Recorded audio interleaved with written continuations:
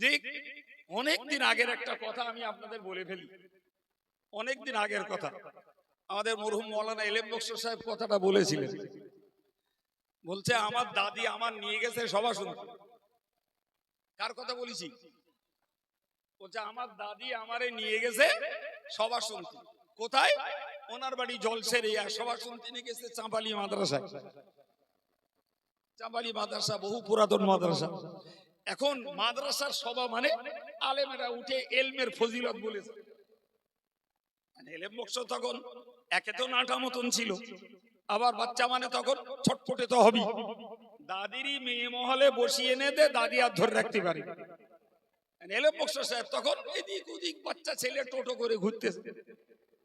এই মৌলানারা যখন এলমের ফজিলত বলেছে, এলেম বক্স সাহেব হুজুরের দাদির তখন আর ব্রেন কাজ করতে না। সে আমার এলেম গেল কোথায়? এলেম কই? এখন ও লোক হন্যের মতন খুঁজে খুঁজে এলেম বক্স পেয়েছে। কোথায় ছিলি হারাম? কেন? আমি ওখানে ছিলাম। তো তুই কি করিস?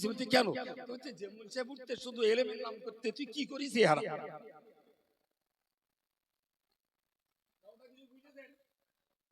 আরে বাবা, আলেমরা ওয়াজ করছে এলমের ফজিলত। ও তো দাদির মাথায় ঢুকিনি, নাতির নাম এলেম।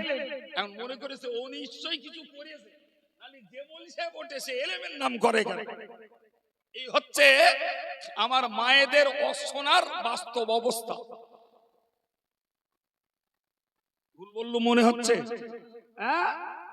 তো মৌলানারা স্টেজে বসে ওয়াজ করে আর পর্দায় বসে মায়েরা যা শোনে, তার অধিকাংশ চিত্র এরকম। তবে আমি আগে একবার বলেছি যে ব্যতিক্রম ইল্লা মাশাআল্লাহ কিছু থাকবে।